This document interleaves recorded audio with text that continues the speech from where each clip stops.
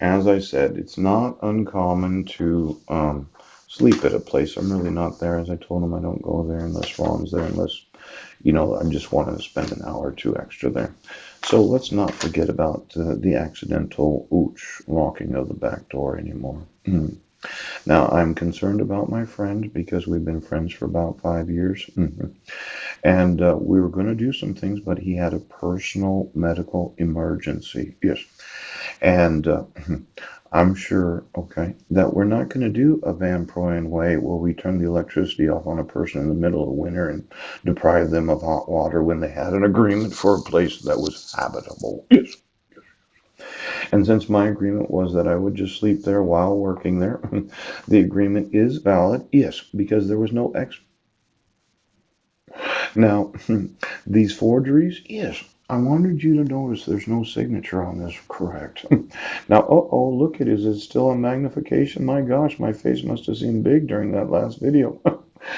Now, does that look a little normal? Yes, it does. Yeah, it does. I didn't want to get right up in your face, but I wanted to make sure that you understood what I was saying.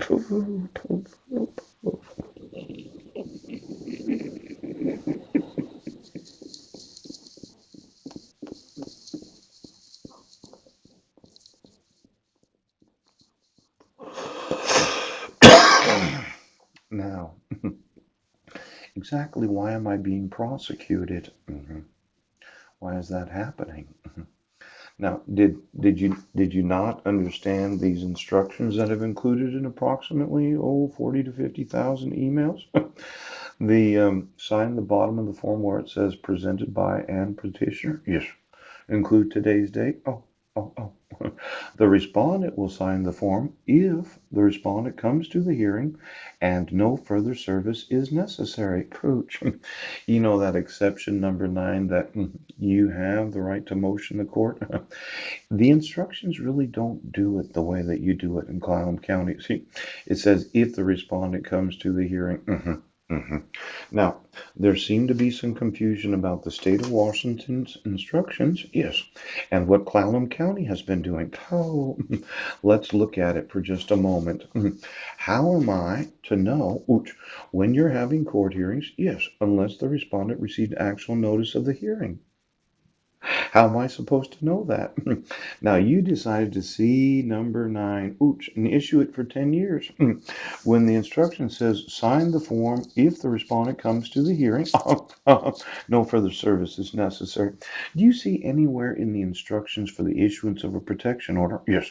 Where you can have an exception to the actual instructions themselves, where you can decide to do whatever the fuck you want. Now, I know, okay. I would say it's fraudulent on the part of the court commissioner to not read the actual instructions and what is necessary to issue a protection order. Okay.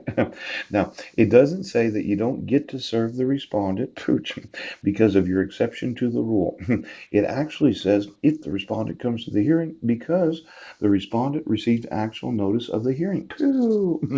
Now, if I look through all the protection orders issued in the state of Washington for approximately the last 20 years, how many of them have the exception to the rule that you can have a mental health evaluation and treatment if recommended, and then you can motion a court, and then we are not obligated to inform you of court hearings? Oh, now when you really go through the actual issuance of court orders, having the exception to the rule, is in violation of the RCWs of the state of Washington, the United States, and I'm going to sue you for thinking that you yourselves can violate the actual instructions.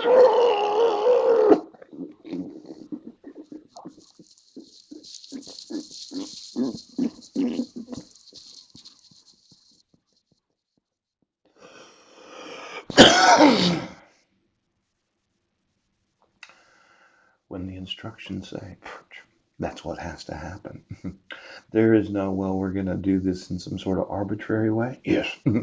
We're going to decide that we're going to put this as a mental health evaluation and treatment if recommended, and then the court will review. Jack, Exhibit A. Pooch.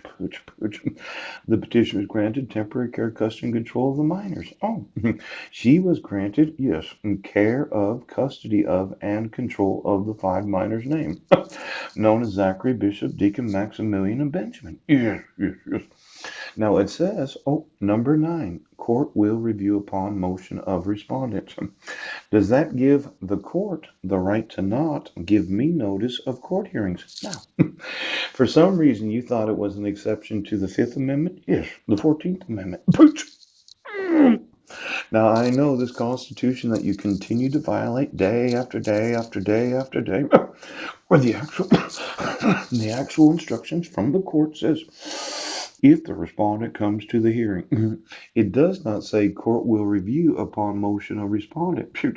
It's not one of those where you can issue it in violation of the actual RCWs of the state, the instructions of the state of Washington.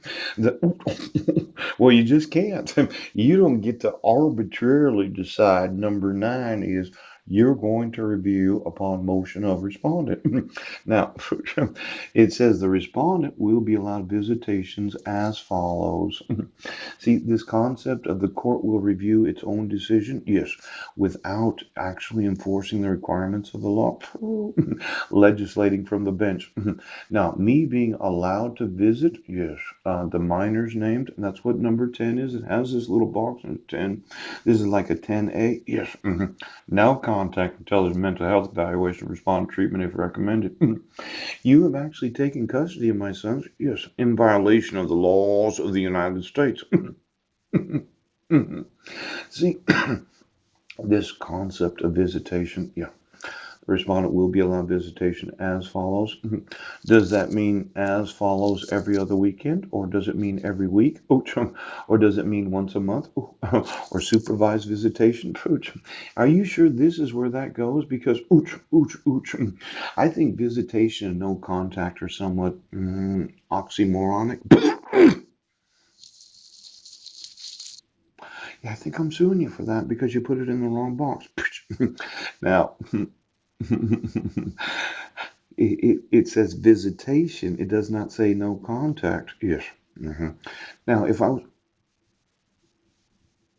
see, you decided to use the visitation clause of number 10 as the condition for having to have a mental health evaluation and treatment if recommended. But that's not what visitation means. It means the respondent will be allowed visitation, and it describes the allowing of the visitation. Oh, you're saying, well, there is no visitation at